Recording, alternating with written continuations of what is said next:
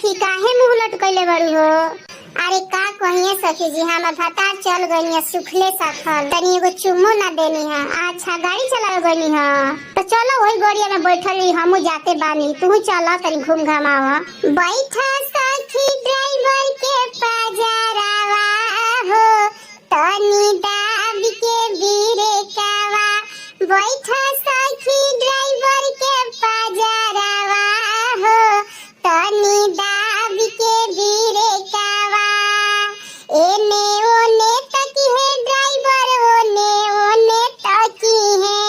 एने ओने तकी है ड्राइवर, ओने ओने तकी है। ले ली हा करिया गल पर चुमावा हो, सखी दाब के बीरे कावा। ले ली हा करिया गल पर चुमावा हो, सखी दाब के बीरे कावा। आए ने ओने तकबू सखी, ओने ओने तकबू। ले ली है गोरे गल पर चुमावा हो, सखी दाब के बीरे कावा।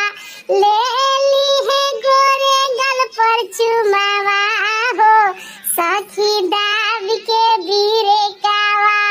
अरे ये सखी हमें भतार के तू करिया कहत रू, सावन बरन तो भगवान है, एंगा मत कहा।